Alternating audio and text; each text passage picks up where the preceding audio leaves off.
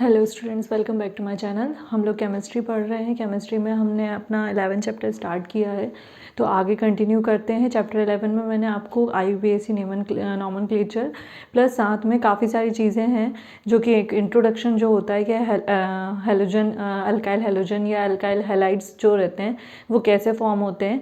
तो अब हम आगे उनकी कंटिन्यू करते हैं। मेथड ऑफ प्रिपरेशन हम लोग देख चुके हैं। एक इसमें जो इम्पॉर्टेंट बात है, एक जो इम्पॉर्टेंट टर्म है, मतलब किस टाइप का ये लोग बॉन्ड बनाते हैं, ये जो कंपाउंड्स होते हैं वो किस टाइप के बॉन्ड फॉर्म करते हैं। तो ये जनरली C' ये बॉन्ड होगा, X ये वाला क्या करते हैं, ये बॉन्ड बनाते हैं। अब ये CX जो बॉन्ड बनता है, मतलब बेसिकली इसमें किस टाइप का बॉन्ड होता है C और X में, इसमें होता है कोवेलेंट बॉन्ड। ठीक है, अब ये कोवेलेंट बॉन्ड बनता कैसे है पता होगा आपको, शेयरिंग ऑफ इलेक्ट्रॉन पेयर की शेयरिंग से बनता है कोवेलेंट बॉन्ड। अब CX जो बॉन्ड बनता है कोवेलेंट बॉन्ड, ये क्या होता है, ये जो नेगेटिव आपका जैसे जो हैलोजन कंपाउंड्स होते हैं वो कैसे होते हैं आपको पता ही होगा, हाईली इलेक्ट्रोनेगेटिव, है ना। ये कैसे होते हैं, इलेक्ट्रोनेगेटिव होते हैं हाईली। तो जिसके कारण क्या होता है, इनकी जो नेगेटिविटी होती है वो इम्पैक्ट किस पे करती है, कार्बन पे करती है। और ये generally partial positive partial negative के फॉर्म में डिनोट किया जाता है CX बॉन्ड। ठीक है, अब ये हाईली इलेक्ट्रोनेगेटिविटी के कारण partial positive partial negative sign आएंगे। इसके साथ साथ ये कैसे हो जाते हैं, इसके साथ साथ ये होते हैं पोलार नेचर के, हाईली इलेक्ट्रोनेगेटिविटी के कारण। पोलार नेचर होने के कारण क्या होता है, ये वाटर में, पोलार नेचर होने के कारण ये वाटर में क्या होते हैं, इनसॉल्यूबल होते हैं। ठीक है, ये एक जनरल एक आपको जैसे ऑब्जेक्टिव वाइज वगैरह में क्वेश्चन पूछा जा सकता है कि अल्काइल हैलाइड्स जो होते हैं वो उनमें किस टाइप का बॉन्ड पाया जाता है, वो किस नेचर के होते हैं, क्या वो सॉल्यूबल होते हैं वाटर में या नहीं होते, रीज़न क्या है। तो ये होता है क्या कि वाटर में इनसॉल्यूबल किसके कारण होते हैं, इनके अंदर हाईली इलेक्ट्रोनेगेटिव एलिमेंट प्रेजेंट होता है, दैट इज़ हैलोजन। उसके कारण ये partial positive partial negative bond बनाते हैं और उसमें बॉन्ड जो रहता है वो कोवेलेंट बॉन्ड फॉर्म होता है। पोलर नेचर के होने के कारण इनसॉल्यूबल होते हैं वाटर में, और इनका बॉइलिंग पॉइंट वाटर में इनसॉल्यूबल होंगे, मतलब हाइड्रोजन के साथ जो होता है इनका बॉन्ड नहीं बन पाता। ठीक है, और इनका बॉइलिंग पॉइंट जो रहता है वो कैसा होता है, हाई। ऑब्वियसली जब इनसॉल्यूबल है वाटर में तो बॉइलिंग पॉइंट भी कैसा रहेगा, हाई रहेगा।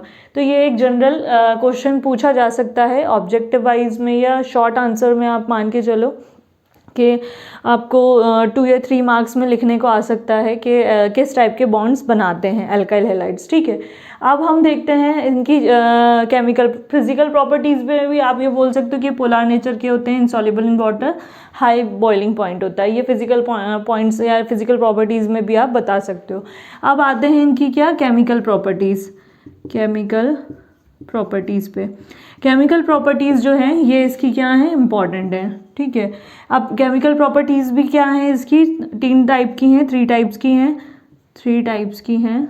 ठीक है, फर्स्ट है न्यूक्लियोफिलिक सब्स्टिट्यूशन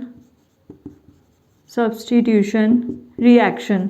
ये बहुत इंपॉर्टेंट रिएक्शन है, ये आगे इसके बारे में पूछा जाएगा। ठीक है, तो इसको आप मतलब इससे रिलेटेड हमें काफ़ी सारी चीज़ें देखने को मिलेंगी।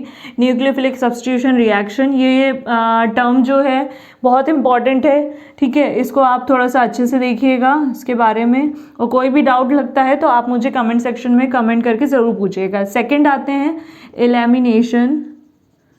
Elimination reaction. ठीक है, थर्ड है, मतलब अब आपको क्या करना है, केमिकल प्रॉपर्टीज़ में आप जनरली क्या देखते थे कि जो कंपाउंड बना है उसकी रिएक्शन किससे हो रही है वो हम देखते थे। इसमें भी वही है सेम, लेकिन इसमें क्या है, प्रॉपर आपको मैकेनिज्म देखना है। प्रॉपर मैकेनिज्म मतलब कि कैसे एक एटम या इलेक्ट्रॉन या मॉलिक्यूल किसी भी केमिकल रिएक्शन से रिलीज होता है और दूसरा वहाँ पे ऐड होता है, और उसमें क्या मैकेनिज्म होती है ना। थर्ड आते हैं रिएक्शन विथ, ये हो जाएगा आपका नॉर्मली आपने देखा होगा रिएक्शन विथ मेटल, कोई भी मेटल के साथ रिएक्शन कराना किसी भी कंपाउंड की, ये इजी। लेकिन ये जो दो टर्म है, न्यू टर्म है, इनके बारे में आपको जनरली पूछा जाता है, इंपॉर्टेंट है, क्वेश्चन इस पे बेस्ड आ सकता है। सिंपली आपको पूछ लेंगे, अलग से ही क्वेश्चन बनता है इसमें कि what do you mean by nucleophilic substitution reaction और what do you mean by elimination reaction, या write the short notes on nucleophilic substitution reaction और एलिमिनेशन रिएक्शन, इस तरीके से भी पूछा जा सकता है, और करके भी क्वेश्चन आ सकते हैं। अब हम सबसे पहले देखेंगे क्या, न्यूक्लियोफिलिक सब्स्टिट्यूशन रिएक्शन। अगर इसको आप देखोगे, वर्ड को अगर आप रीड करते हो न्यूक्लियोफिलिक, ठीक है, सबसे पहले इस वर्ड पे आते हैं, इस टर्म पे आते हैं। न्यूक्लियो का मतलब क्या होता है, न्यूक्लियस, ठीक है ना, न्यूक्लियस होता है। अब न्यूक्लियस और साथ में क्या है, फिलिक, फिलिक का मतलब होता है टू लव या टू अट्रैक्ट आप बोल सकते हो, है ना, मतलब टूवर्ड्स बोल सकते हो, किसके टूवर्ड्स, न्यूक्लियस के। ऐसे एटम्स या मॉलिक्यूल्स जो कि क्या हो, न्यूक्लियस की तरफ, अपना एटम ये है, बीच में क्या होता है, पॉजिटिव चार्ज, आसपास क्या होता है, नेगेटिव चार्ज, यहाँ प्रोटॉन होता है। न्यूक्लियो बोला है, फिलिक बोला है, मतलब न्यूक्लियस में, न्यूक्लियस कहाँ होता है, हमेशा सेंटर में, ये आपका क्या है, एटम है। ये क्या है, इलेक्ट्रॉन, कहाँ रहता है, ये शेल में, आउटर। बीच में क्या है आपका, एन, एन मतलब न्यूक्लियस, उसमें क्या है, पॉजिटिव चार्ज प्रेजेंट। तो क्या होगा, न्यूक्लियोफिलिक मतलब जो न्यूक्लियस की तरफ या न्यूक्लियस लविंग होंगे वो क्या कहलाएंगे, न्यूक्लियोफिलिक। मतलब ऐसे मॉलिक्यूल्स या ऐसे एटम्स जो पॉजिटिव चार्ज की तरफ अट्रैक्ट हों, पॉजिटिव चार्ज की तरफ अट्रैक्ट हों प्लस न्यूक्लियस की तरफ अट्रैक्ट हों, वो कहलाते हैं न्यूक्लियोफिलिक, ठीक है। सब्स्टिट्यूशन, सब्स्टिट्यूशन मतलब वहाँ से किसी भी एलिमेंट या इलेक्ट्रॉन या मॉलिक्यूल को सब्स्टिट्यूट कर देना, वहाँ से रिप्लेस कर देना और ख़ुद को ऐड कर देना। और रिएक्शन मतलब क्या होगा, ऐसे आइटम्स या मॉलिक्यूल्स या किसी भी रिएक्शन में या कंपाउंड्स ऐसे होते हैं कि वो क्या करते हैं, अपने आप को सब्स्टिट्यूट कर देते हैं किसी भी केमिकल रिएक्शन में और वहाँ से क्या करते हैं, दूसरे एटम्स या मॉलिक्यूल को रिप्लेस कर देते हैं। तो उसमें होता भी क्या है मैकेनिकली कि न्यूक्लियस के पास जाके वो अटैच होते हैं, ठीक है ना, मतलब न्यूक्लियस की तरफ अट्रैक्ट होंगे और उससे ऐड ऑन हो जाएंगे, तो वो कहलाती है क्या, न्यूक्लियोफिलिक सब्स्टिट्यूशन रिएक्शन, ठीक है। न्यूक्लियोफिलिक सब्स्टिट्यूशन रिएक्शन में जनरली जो ऐसे कंपाउंड्स या मॉलिक्यूल होते हैं जो अट्रैक्ट होते हैं किसकी तरफ, न्यूक्लियस की तरफ, वो क्या होते हैं, एग्जाम्पल के लिए हम लेते हैं क्लोरीन, फ्लोरीन, ब्रोमीन, H2O, ठीक है, NH2 नेगेटिव, ये सारे, इन पे सब पे नेगेटिव चार्ज रहता है।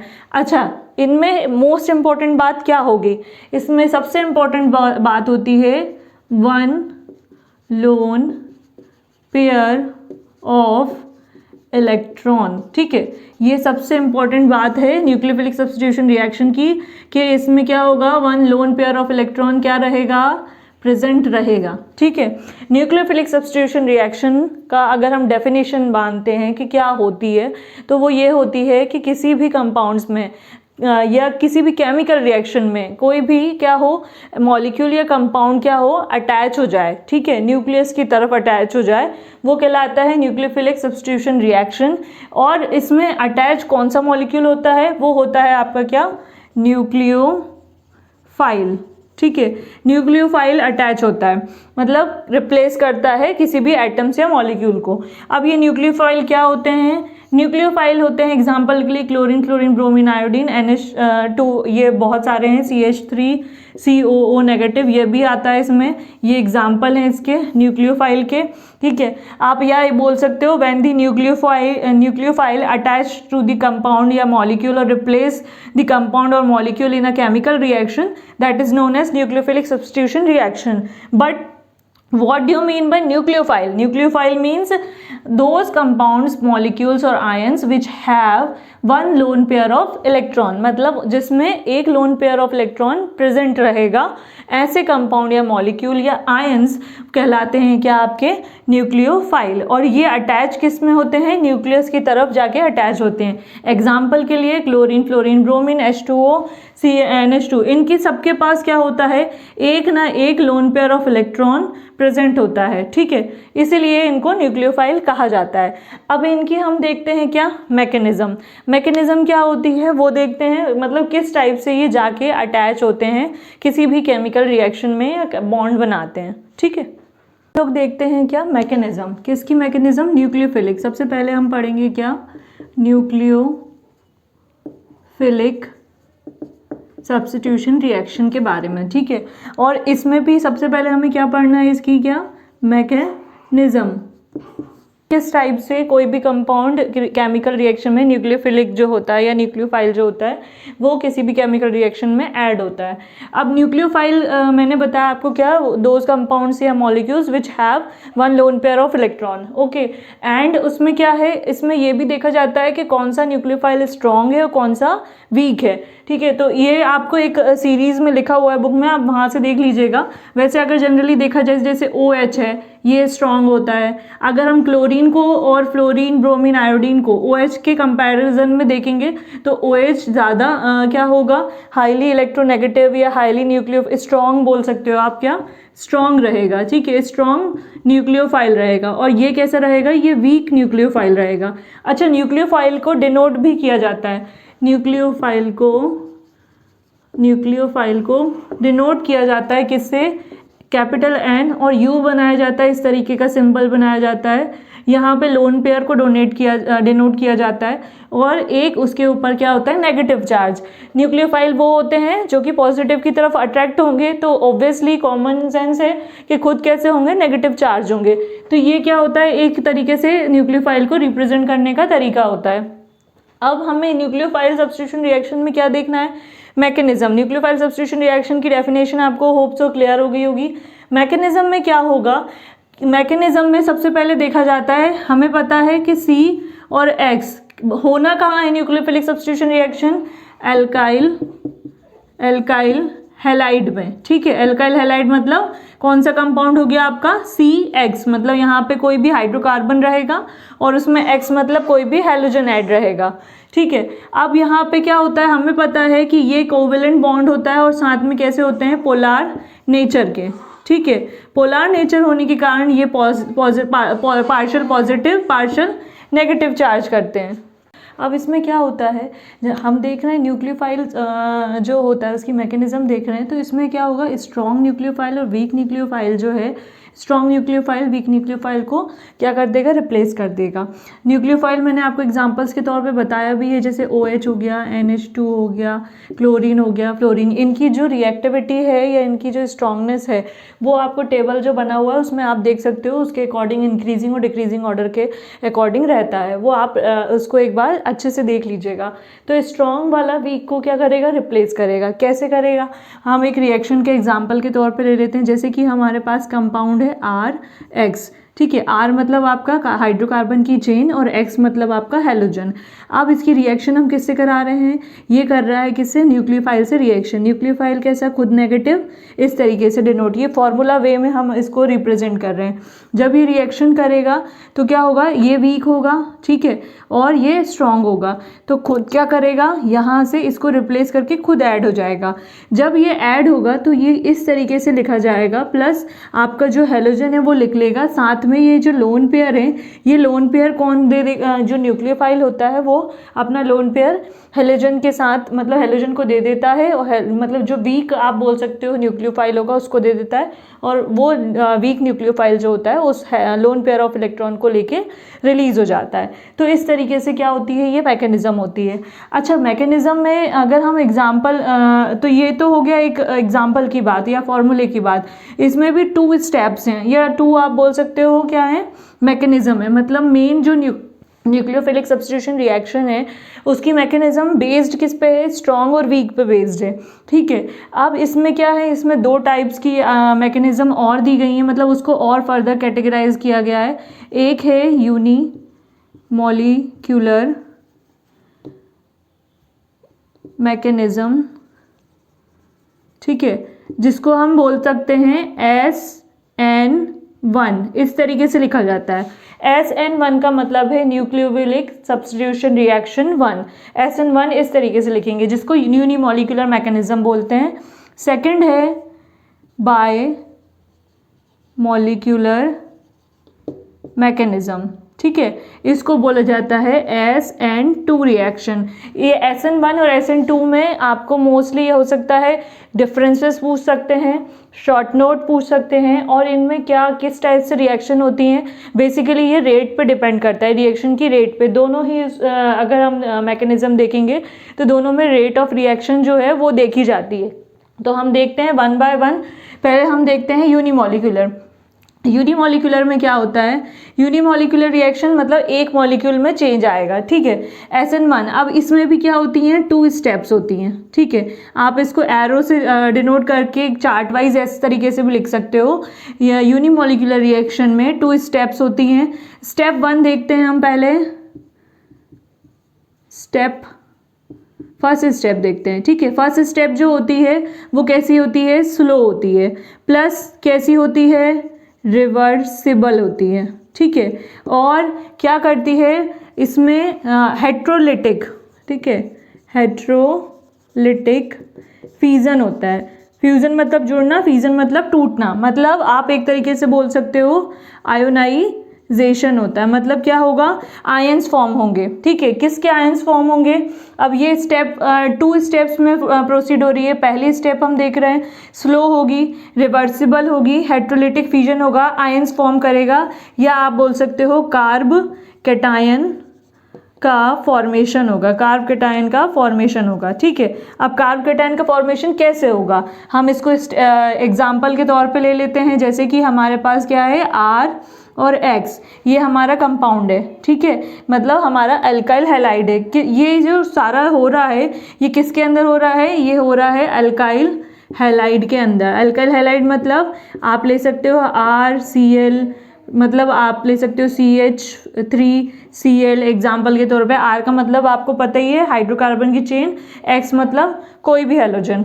अब ये क्या होगा, इस रिवर्सिबल है तो इसको हम डबल एरो से शो करेंगे, ठीक है। मतलब स्टेप 1 में स्लो रिएक्शन है तो इस पर हम लिख देते हैं स्टेप 1, जो कि कैसी होगी, स्लो, ठीक है। इस तरीके से लिख सकते हैं।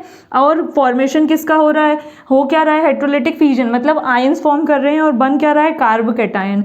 मतलब R पॉजिटिव बन रहा है प्लस X नेगेटिव बन रहा है, ये बन गया।